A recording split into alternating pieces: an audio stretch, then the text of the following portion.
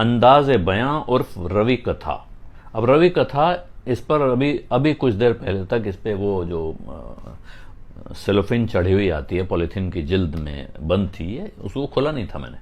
मुझे लगा कि कुछ ये ममता कालिया जी की किताब है और इसमें कुछ किस्से कहानी उपन्यास टाइप होगा, इसको बाद में आराम से पढ़ता हूँ। लेकिन पता नहीं क्यों मुझे लगा कि ये बात आप लोगों से करूं इससे पहले कम से कम वो जिल्द तो उतार देनी चाहिए। और उसी में देखा मैंने फिर रवि कथा, अंदाजे बयां उर्फ रवि कथा, तो पन्ने पलटे।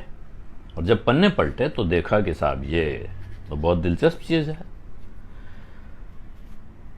अब इसकी जो भूमिका है, आमुख है, उसके कुछ लाइनें उसकी सुनाता हूं आपको, उसके बाद आगे बढ़ूंगा।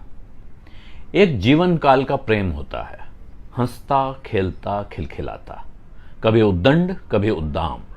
उसमें मान मनोबल, मनोहार और मुखर उलाहने होते हैं।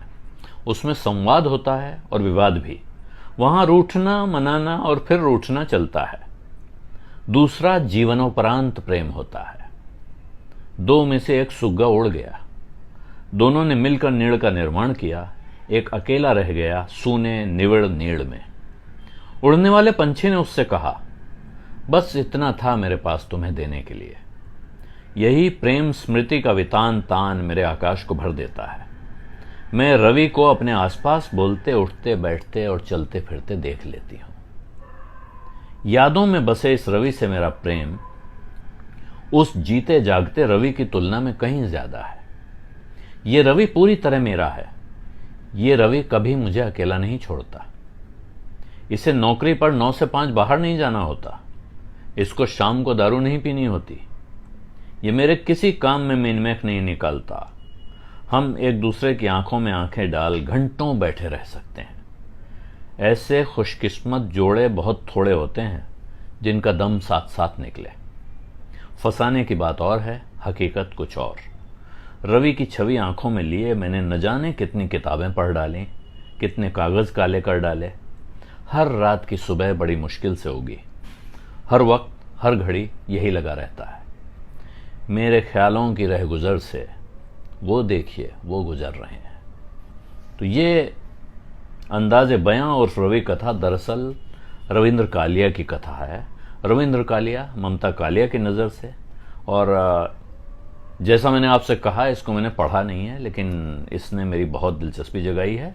और मेरा ख्याल है जो लोग ममता कालिया और रविंद्र कालिया को जानते हैं और उनके लेखन में दिलचस्पी रखते रहे हैं, उनके लिए बहुत दिल से लगी हुई किताब होगी। कुछ लोग इसको एक बार पढ़ेंगे, 2 बार पढ़ेंगे, दिल से लगा के रखेंगे।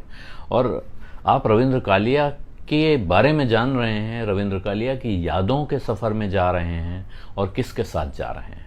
उसके साथ जा रहे हैं जिसने उनके साथ ज़िंदगी बिताई, जो उनकी जीवन संगिनी थी और जो अब उनके न रहने पर एक अवसाद से भर सकती थी, एक खालीपन महसूस कर सकती थी। लेकिन जो पंक्तियां मैंने आपको सुनाई, उनसे आपको पता चलता है कि वो अब किस तरह के प्रेम में डूबी हुई हैं। वो अपनी मोहब्बत को अब भी सेलिब्रेट कर रही हैं।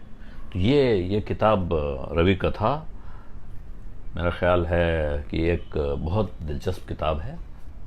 अभी हालांकि मैंने पूरी पढ़ी नहीं है, इसलिए मैं इसकी गहराई में जाऊंगा नहीं। वैसे भी ये किताब आप खुद पढ़ेंगे तभी आनंद लेंगे। मैं इसकी गहराई में इससे ज़्यादा चला जाऊंगा तो फिर पढ़ने वाले क्या पढ़ेंगे।